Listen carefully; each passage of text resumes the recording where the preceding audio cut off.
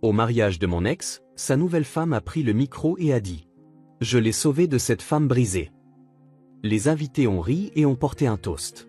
Puis une serveuse s'est approchée, a enlevé sa casquette et a dit « Je suis sa fille et j'ai quelque chose à dire ». La mariée est devenue blanche.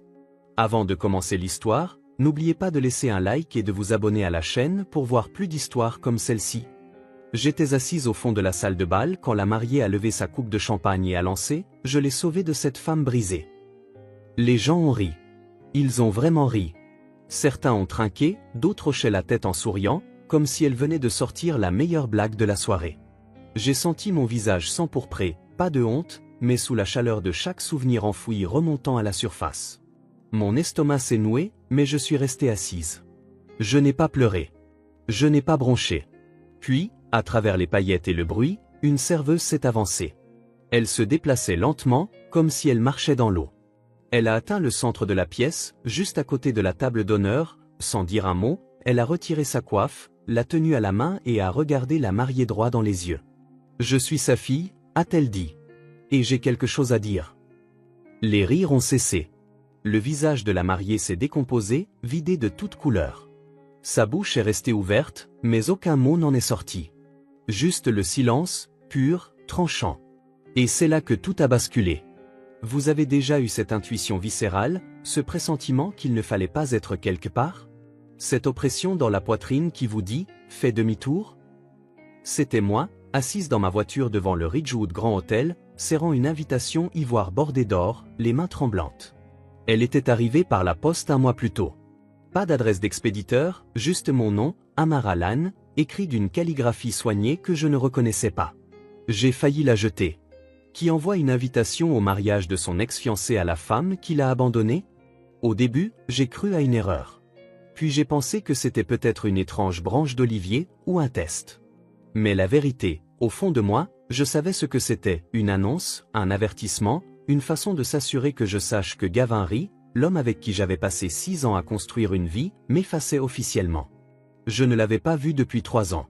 Pas depuis qu'il avait quitté notre appartement au milieu de la nuit, après que j'ai perdu le bébé. Il n'avait même pas jeté un regard en arrière. Il avait juste dit qu'il ne pouvait plus vivre dans la tristesse, avait fait un sac de sport, laissé un mot et disparu. Mais ce n'était pas seulement moi qui l'avais quitté. C'était elle aussi. Leia. Sa fille, née d'une femme qui était partie des années avant notre rencontre. Elle avait 5 ans quand elle est venue vivre avec nous. Dès la seconde où elle m'a pris la main et m'a appelé « Maman », j'ai cessé d'être juste quelqu'un qui aimait Gavin. Je suis devenu quelqu'un qui lui appartenait, à elle.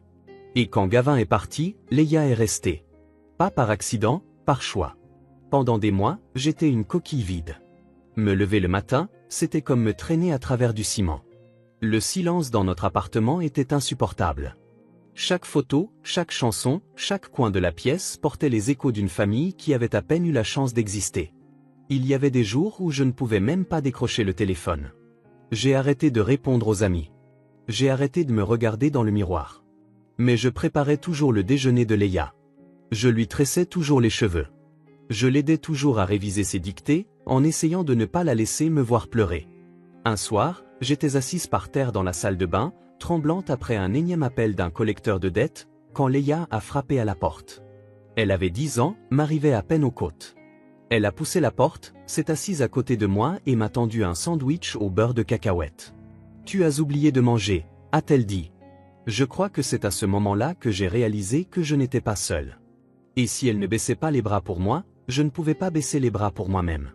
Il a fallu 2 ans de thérapie, de petits boulots et de nuits à lire des livres de développement personnel juste pour me sentir à nouveau humaine. Mais lentement, j'ai retrouvé des parts de moi que j'avais oublié posséder. Je me suis remise au design, site web, logo, tout ce que je pouvais trouver en freelance. J'ai déménagé dans un endroit plus petit, plus près de l'école de Leia. J'ai même ri à nouveau. De vrais éclats de rire, le genre qui vous secoue les côtes. Ils étaient rares. Ils l'étaient quand l'invitation est arrivée. Je l'ai laissé sur la table de la cuisine pendant des jours. C'est Leia qui l'a finalement ramassé et lu à voix haute. Sa voix n'a pas tremblé. « Tu devrais y aller » a-t-elle dit. « Pas pour lui.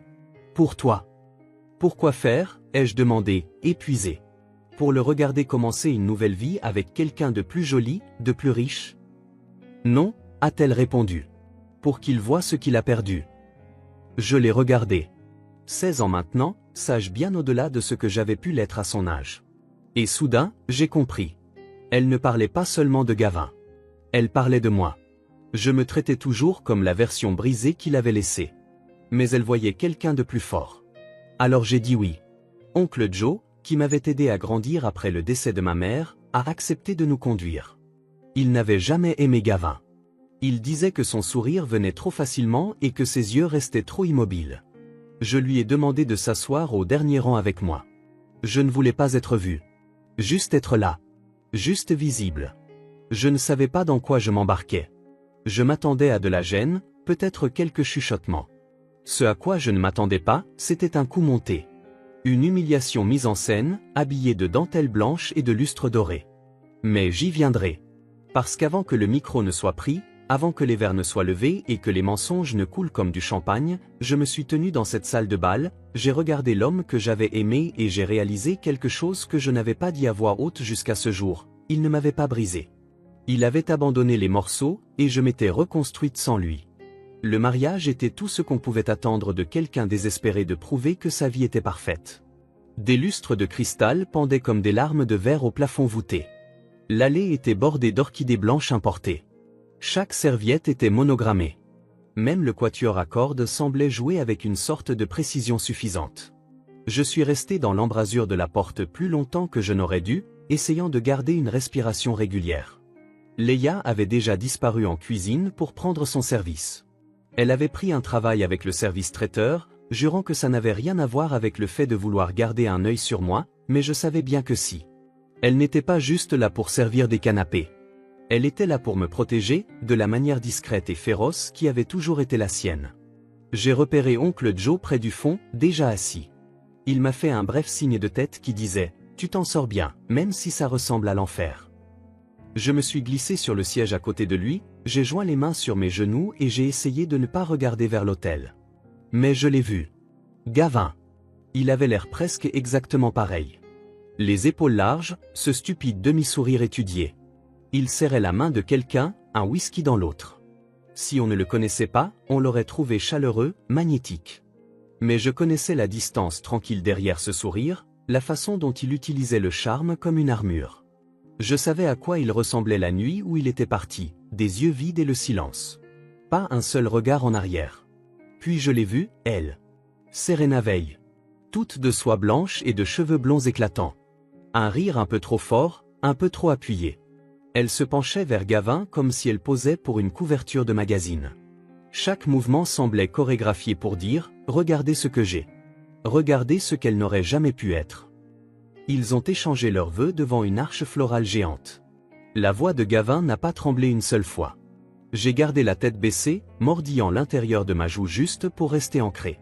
La foule a applaudi quand ils se sont embrassés. Serena s'est tournée vers les invités, rayonnante comme si elle venait de gagner quelque chose. Puis la réception a commencé. Les verres tintaient. Les serveurs circulaient avec la précision d'une horloge à travers la foule. Les gens riaient, bavardaient, admiraient les robes des autres. J'étais assise tranquillement, sirotant de l'eau, me forçant à rester présente. Leia est passée une fois avec un plateau de bruschetta. Nos regards se sont croisés une brève seconde. Elle m'a fait un clin d'œil. « Ça va ?» a murmuré oncle Joe. « Je respire encore ?» ai-je répondu. Puis vinrent les discours. Le témoin, la demoiselle d'honneur, un cousin. Toutes les histoires habituelles, comme Gavin était un type formidable, comme Serena avait fait de lui un homme meilleur. J'avais presque réussi à faire abstraction jusqu'à ce que j'entende sa voix. Je voudrais dire quelque chose. C'était Serena, debout à la table d'honneur, tenant une flûte de champagne. Ses yeux pétillaient sous les lumières, mais il y avait quelque chose de plus acéré derrière. Elle n'a pas regardé Gavin. Elle a regardé la foule. Puis moi. Quand j'ai rencontré Gavin, c'était un homme bon, mais il était blessé. Abîmé par quelqu'un qui ne savait pas l'aimer correctement. Une femme qui était trop brisée pour voir la chance qu'elle avait. Je me suis figé. Ma peau est devenue brûlante et glacée en même temps. Les mots m'ont frappé comme une gifle dans une pièce silencieuse. Elle a failli le détruire, a poursuivi Serena avec un rire si léger qu'il m'a retourné l'estomac. Mais je l'ai sauvé. Je l'ai guéri.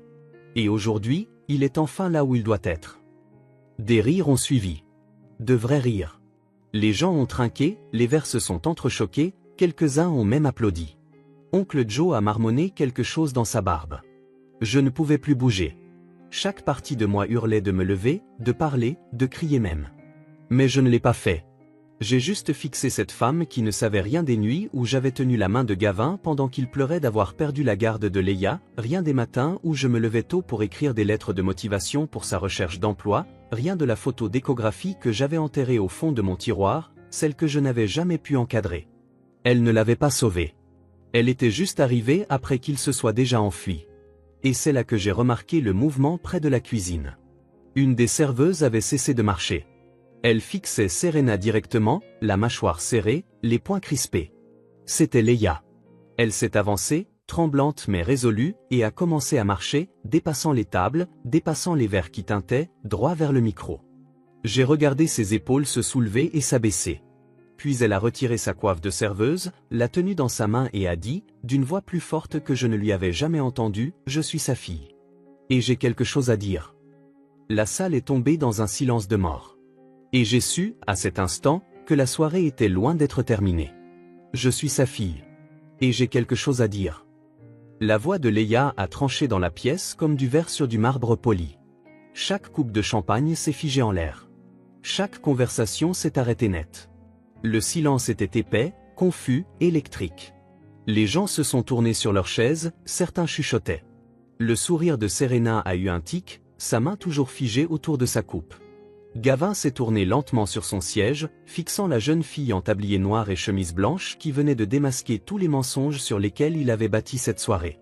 Leia se tenait près de la piste de danse, sa coiffe serrée fermement dans ses mains. Quelques boucles s'étaient échappées de son chignon. Sa poitrine se soulevait et s'abaissait comme si chaque respiration devait être puisée de quelque part de plus profond. « Ce n'est pas juste la femme dont vous vous moquez, » dit-elle, la voix légèrement fêlée sur les bords. « C'est la femme qui m'a élevée. » Serena cligna des yeux, confuse. « Attendez, quoi ? » « Je suis la fille de Gavin, » répéta Leia. « D'avant qu'il ne te rencontre. D'avant qu'il ne s'enfuit. D'avant qu'il ne prétende que nous n'existions pas. » L'atmosphère a changé. Quelques personnes ont halté. J'ai vu un des cousins de Gavin abaisser lentement son téléphone, comme s'il n'était pas sûr de devoir continuer à filmer. Leia a fait un pas en avant. Elle ne lisait pas un discours. Ce n'était pas prévu. Mais c'était la vérité, et elle avait du poids. Il est parti quand j'avais 11 ans. Pas seulement ma mère, il m'a quitté moi. N'a pas appelé, n'a pas écrit. A juste disparu. Et vous osez la traiter de brisée ? Ses yeux se sont tournés vers Serena, qui semblait soudain très peu sûre d'elle. Je l'ai vue faire 2 boulots pour que j'aie à manger. Je l'ai vue pleurer en silence pour que je ne l'entende pas. Et quand les gens me demandaient où était mon père, je disais qu'il était en voyage d'affaires parce que je ne voulais pas que quiconque sache qu'il avait choisi de ne pas nous aimer. Quelqu'un près du devant a couvert sa bouche. Un serveur s'est immobilisé, plateau en suspens. Gavin a finalement parlé. Sa voix était basse, prudente. « Leia, pas ici. » « Maintenant tu te souviens de mon nom ?» répliqua Leia en s'approchant. « Quand je t'envoyais des cartes d'anniversaire, elles revenaient non ouvertes. Quand je t'envoyais des emails pour te dire que tu me manquais, tu ne répondais pas. Tu ne m'as même pas bloqué. Tu m'as juste ignoré. Et maintenant, tu restes là à laisser cette femme parler de ma maman comme si c'était une ordure ?» Il m'a regardé alors, et pour la première fois, son expression s'est fissurée. Je n'ai pas ressenti de pitié. Ni de vengeance. J'ai ressenti de la clarté. Ce n'était pas moi qui devais avoir honte. Elle ne t'a pas brisé, continua Leia, la voix tremblante mais s'élevant. Tu t'es brisé toi-même. Et ensuite tu as essayé de nous enterrer comme si nous n'existions pas. Serena regarda autour d'elle, les yeux cherchant du soutien, mais n'en trouvant aucun. Elle se retourna vers Gavin. C'est vrai, ça ? Il ne répondit pas. Il fixait juste sa fille comme si une étrangère venait d'entrer, portant sa dernière chance. Leia s'est dirigée vers moi. Chaque pas qu'elle faisait résonnait comme un coup de tonnerre dans ma poitrine. Elle a tendu la main vers la mienne. Je me suis levé. Mes doigts se sont enroulés autour des siens, et dans ce petit geste, quelque chose en moi qui était dormant s'est mis à remuer. Pas de la rage, pas de l'amertume. De la puissance. Elle n'est pas venue ici pour se battre, dit Leia en se retournant vers la foule. Elle est venue parce que je le lui ai dit. Parce que je voulais qu'elle voie qu'elle n'a plus besoin de se cacher. Puis elle regarda Serena droit dans les yeux, calme, assurée.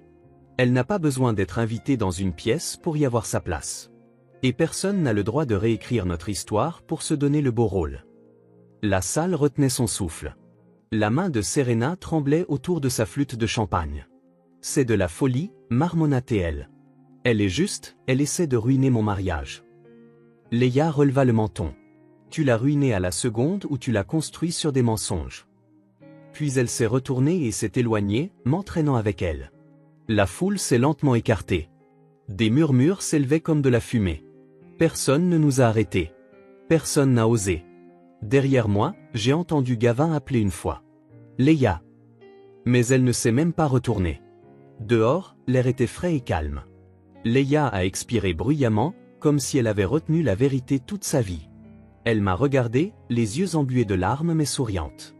Je n'allais pas la laisser t'humilier, a-t-elle dit. Pas après tout ça. Tu n'avais pas à faire ça, ai-je murmuré. Si, a-t-elle dit.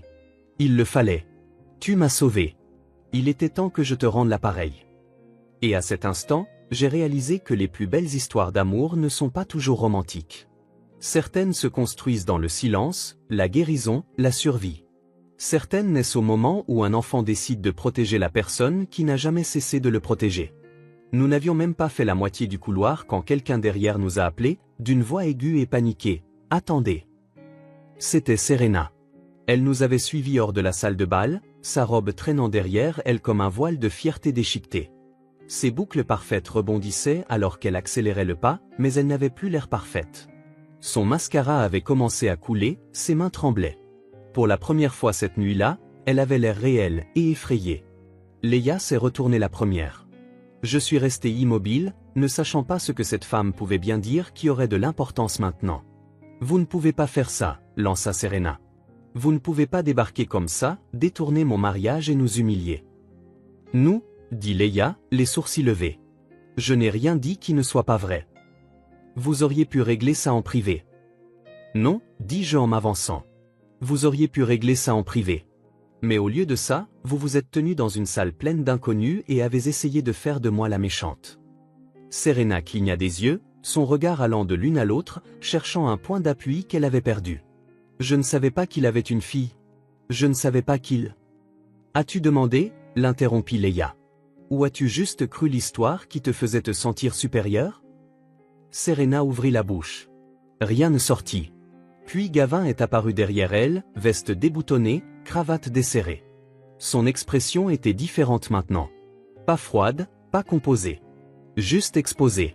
« Leia, dit-il, plus bas cette fois. Je n'ai jamais voulu que ça arrive. » Elle se tourna lentement vers lui. « Quelle partie ? Ma naissance ? Le fait que tu m'abandonnes ? Ou regarder quelqu'un d'autre m'élever pendant que tu disparaissais ?» Il a tressailli. « Je pensais te protéger, marmonna-t-il. Tu pensais que disparaître, c'était protéger ?» Il m'a regardé alors, le premier contact visuel direct depuis notre arrivée. « J'étais brisé, Amara, dit-il. Tu le sais. »« Je l'étais aussi, ai-je répondu. Mais je ne suis pas parti. » Et voilà. La phrase qui a changé l'atmosphère entre nous. Car peu importe combien d'années avaient passé, peu importe comment il essayait de reformuler les choses, il savait que c'était vrai. Il avait fui. J'étais resté. Je ne peux pas revenir en arrière, dit-il doucement. Non, dis-je. Tu ne peux pas. La voix de Leia brisa à nouveau le silence. Tu sais ce que je me disais, avant ? Que tu étais mort. Que peut-être quelque chose t'était arrivé et c'est pour ça que tu ne venais pas. Parce que la vérité que tu étais vivant et que tu t'en fichais, simplement était pire. La bouche de Gavin s'ouvrit, puis se referma. Il baissa les yeux vers le sol, vers ses pieds, vers la trace des choix qu'il avait tenté d'oublier. Et puis quelque chose s'est produit auquel je ne m'attendais pas. Leia s'est avancée. Elle n'a pas crié. Elle n'a pas fui. Elle l'a juste regardé dans les yeux et a dit « Je te pardonne ». Il leva les yeux, surpris. « Pas pour toi », dit-elle. « Pour moi. Parce que porter ton absence a été épuisant. J'en ai fini. » Il déglutit difficilement, hochant la tête une fois, les yeux brillants. « Tu es incroyable, tu sais ça ?» Elle sourit, un sourire doux et triste. « Je sais. C'est elle qui m'a faite comme ça. » Elle me désigna du doigt. Et ce moment, ce simple geste, fut plus fort que n'importe quelle chute de micro. C'était la vérité mise à nu, sans paillettes, sans vin, sans sourire forcé. Juste une fille choisissant sa mère devant l'homme qui les avait abandonnées toutes les deux. Serena recula, les bras croisés. Et maintenant? Vous partez comme ça, en prétendant que vous n'avez pas gâché la soirée? Leia pencha la tête. Tu l'as gâchée au moment où tu as essayé de la construire sur des mensonges. Et j'ai ajouté, si tu voulais une histoire parfaite, tu aurais dû choisir quelqu'un qui n'avait rien à cacher. Nous sommes passés devant eux, sortant dans la nuit. Le ciel était vaste et profond au-dessus de nous, les nuages s'étiraient comme du coton effiloché. Il avait commencé à bruiner, mais aucune de nous ne s'en souciait. La tempête que nous venions de traverser ne se mesurait pas en météo. Oncle Joe attendait près de la voiture. Il nous a regardés, puis Gavin, toujours figé dans l'entrée, et a hoché lentement la tête. J'imagine que c'est ce qu'on appelle un mic drop moment. Leia a ri, et je me suis jointe à elle. Ce n'était pas amer. Ce n'était pas forcé. C'était réel. À cet instant, je me sentais légère. Pas parce que quoi que ce soit avait été réparé, pas parce que Gavin avait enfin compris ce qu'il avait perdu, mais parce que je savais qui j'étais. Et Leia savait qui elle était. Et maintenant, tout le monde le savait aussi. Le lendemain matin, les échos ont commencé à se répandre. Pas dans les tabloïds ou les journaux, mais de la façon dont ces choses circulent maintenant. Discrètes vidéos sur TikTok, images de mariage granuleuses postées anonymement, courtes vidéos titrées, une serveuse cloue le bec à la mariée avec un discours épique. Je ne les ai pas regardées. Je n'en avais pas besoin. Je l'avais vécu. Des gens m'ont envoyé des messages. Des amis dont je n'avais pas eu de nouvelles depuis des années. Certains se sont excusés d'avoir perdu le contact quand tout s'est effondré. D'autres ont juste dit, tu as été si courageuse. Mais ce qui est drôle, c'est que je ne me sentais pas courageuse. Pas vraiment. Pas sous les projecteurs, pas quand Serena se moquait de moi, et même pas quand Leia s'est levée et a dit la vérité. Je me sentais comme quelqu'un qui avait enfin arrêté d'essayer de disparaître. Gavin n'a jamais donné suite. Pas d'appel, pas d'excuses, pas de tentative de dernière minute pour s'expliquer. Je pense qu'il savait qu'il n'y avait plus rien à expliquer. Son histoire était écrite dans le silence qui avait suivi son absence. Et nous avions fini de la lire. Le nom de Serena est apparu dans les cercles de potins pendant une semaine ou deux, assez pour qu'il soit clair qu'elle était devenue la risée de sa propre fête. J'ai entendu par quelqu'un du lieu de réception qu'elle avait quitté la fête tôt et n'était jamais revenue pour le départ en lune de miel. Apparemment, elle a déménagé dans le mois qui a suivi. Qu'ils aient rompu ou soient restés ensemble, je m'en fichais. Parce que cette histoire n'a jamais vraiment été à leur sujet. Elle était à notre sujet. Moi et Leia, et ce que nous étions devenus quand les personnes censées nous protéger étaient parties. Après cette nuit-là, quelque chose a changé chez nous. C'était calme, mais puissant. Leia était différente, plus forte. Elle marchait plus droite. Elle ne s'excusait pas de prendre de la place. Je l'ai surprise en train de répéter son discours devant le miroir un soir, pas par vanité, mais par préparation. Elle m'a dit qu'elle pensait lancer un podcast pour les filles qui pensent ne pas avoir de voix, a-t-elle dit. Et moi? J'ai commencé quelque chose aussi. J'avais toujours eu peur de parler publiquement de ce qui s'était passé. Il y a de la honte à être abandonné. Les gens vous regardent comme si vous étiez contagieuse, comme si votre douleur était un avertissement. Mais après le mariage, j'ai réalisé quelque chose. Je n'étais pas faible parce que j'étais brisée. J'étais forte parce que je m'étais reconstruite. Alors j'ai recommencé à écrire. D'abord juste des notes, puis des essais. J'en ai envoyé un à un blog parental. Il a été publié. Les commentaires ont afflué. Des mères, des filles, des femmes que je n'avais jamais rencontrées, disant toutes la même chose. Merci d'avoir dit ce que je ne pouvais pas dire à voix haute. Cela s'est transformé en un blog, puis en un petit groupe communautaire. Quelques mois plus tard, j'ai enregistré une association à but non lucratif, le Second Fil. Un espace pour les femmes qui guérissent de l'abandon, du divorce, de la violence psychologique. Nous organisons des cercles de parole, fournissons du soutien psychologique, les aidons à écrire leurs histoires, littéralement et métaphoriquement. Je ne m'attendais pas à ce que ça devienne ce que c'est devenu. Je voulais juste offrir aux femmes un espace où le silence n'était pas la seule option. Mais la partie la plus puissante de tout cela n'a pas été la clôture publique. C'était un moment calme dans notre cuisine, un soir de janvier. Je faisais la vaisselle. Leia était assise au comptoir, feuilletant son carnet, les jambes se balançant sur le tabouret. Elle a levé les yeux vers moi et a dit, sorti de nulle part, Tu sais, avant, je souhaitais que ma vraie mère soit restée. Mes mains se sont arrêtées dans l'évier. Mais maintenant, je comprends, a-t-elle dit. Peut-être qu'elle est partie parce que j'étais censé finir avec toi. Je n'ai rien pu dire.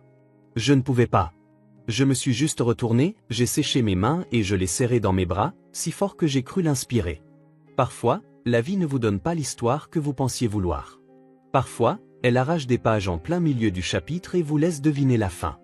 Mais parfois, quand on se bat, quand on aime fort, quand on reste, on obtient quelque chose de mieux. On arrive à écrire une nouvelle histoire. Et le meilleur dans tout ça?